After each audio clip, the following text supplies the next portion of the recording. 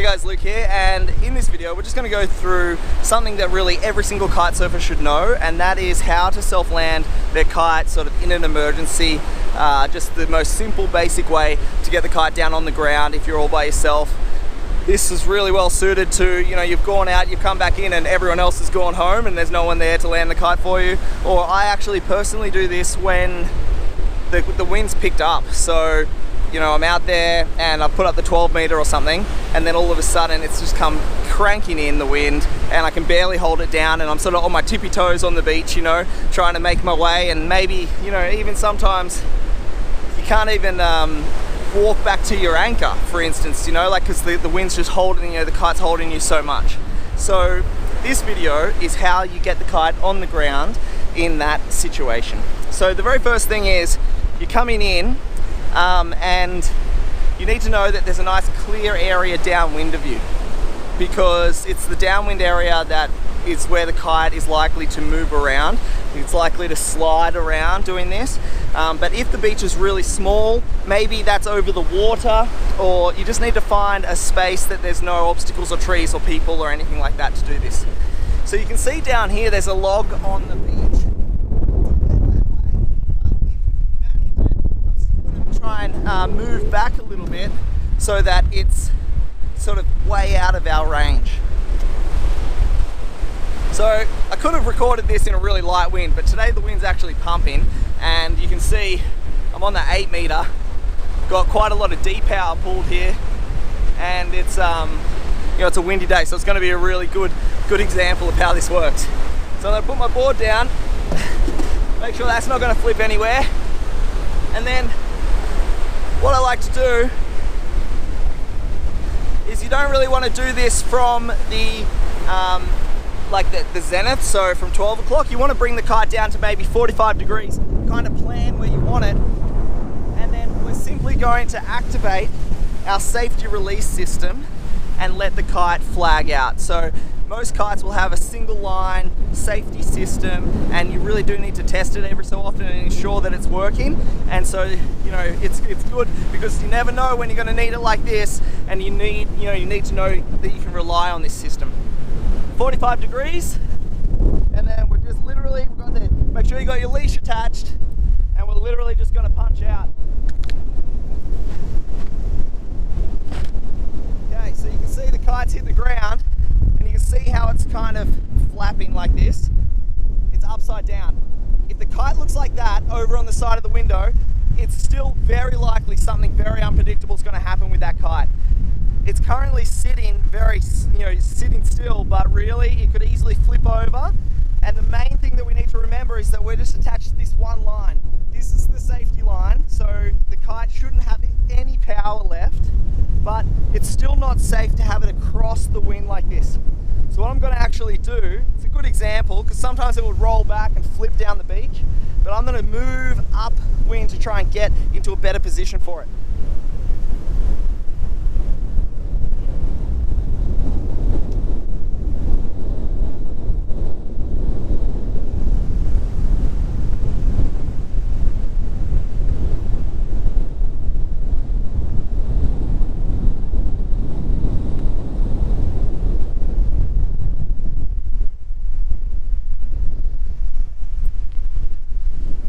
Okay, so now you can see it's sort of in a bit more of a stable position. It's rolled itself over, now it's on the leading edge. It wouldn't have mattered if it wasn't on the leading edge, if it was upside down. You know, we're still reduced to the kite's power by flagging it out like this, but it's better if you can get it to a position similar to this before you start walking towards it, just in case it does try and fly and you feel a lot of pressure on those hands. Now it's released, what we're going to do is I'm going to walk up that line. Now, there's two ways you can do this. One is you sort of unclip and then you walk up it holding the line. That is basically the only time that you would do that is if you know that all of these lines are stuck in rocks. Sometimes when we're kiting in Canada, there's rocks all over the beach and you can't walk and drag your bar. It just gets snagged around all these rocks. The lines are all tagged on different places and it starts applying pressure to the kite in different areas, which can also be really dangerous again because now there's pressure on some of these lines. So that aside, pretty much in 99% of circumstances, particularly like today when it's sandy, you leave yourself attached to this safety leash, and we're going to walk until we can secure the kite, okay? Because the goal is to secure the kite. It's not secure right now, and you can see how likely it is to actually start flipping down the beach with that wingtip there catching a bit of wind. So we're still secured to the leash, and we're going to walk up hand over hand, okay? And the really important thing here is that we don't get wrapped up in any of these lines. You can see all the lines all running through the sand, and we can't walk straight to the kite. We have to make sure we stay outside of those. So we're going to go through the bar. I'm going to find that line that's got the tension on it. Make sure you stay clear of all of these lines, and we're going to walk hand over hand until we get to the kite. You want to keep pressure on this line, so don't let it go slack. Keep tension on it so that the kite stays exactly how you have it. Okay, and then once you get to the bridle, you can get a hold of this, and just for this one I just need to move it around a little bit. Now it's sitting, okay? You can see that was a great example because it didn't work very well. The kite sort of sat funny and then it rolled funny, but that's the way it is. And so really the principle is you eject, let the kite flag out, let it rest into a position that looks a little more settled, and it's okay if it's upside down, but it wants to be completely downwind of you, not across the wind, because then it can move downwind. So get into that sort of completely upwind. Hand over hand, stay clear of the lines until you get to the kite. And now we've got it, right? We can secure it.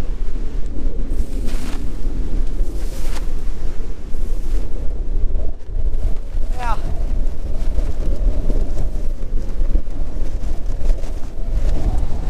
I'm just going to give you one more tip for today, because one of the reasons I don't like self-landing like this is now my bar's a mess, and it's really frustrating to have to now go and clean it all. And so what I'm going to show you is a little tip for fixing this problem so that it's really easy to either pack up or to relaunch if you want to get back out there for some reason.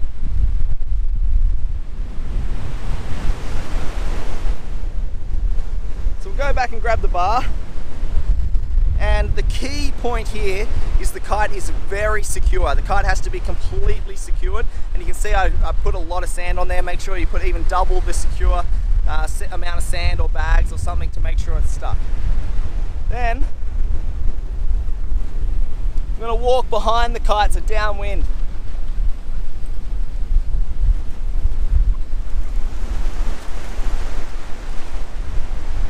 Keep a very close eye on the kite, that you're not applying tension to one of those lines and the kite's moving in any way. The kite has to stay very still.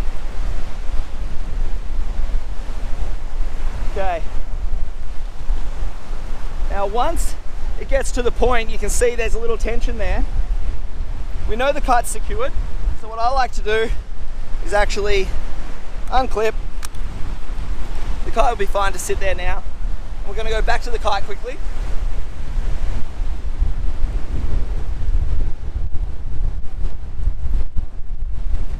And just ensure that none of these lines are just tangled on anything. They're not wrapped over the canopy or anything. Good way to do that is to actually drag forward. So now we know all the lines are behind the kite. Again, keeps the sand on there, we know the kite's not going to move. We can head back to the bar.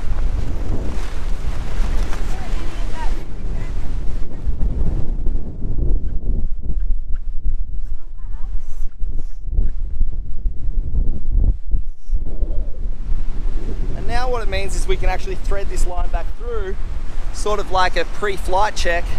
We can get our lines back in order. So you can see that line's threading back through. Put our pin back in. I'm going to give that a little rinse before I completely poke that in, so it's good for next time. And then you can rearrange these.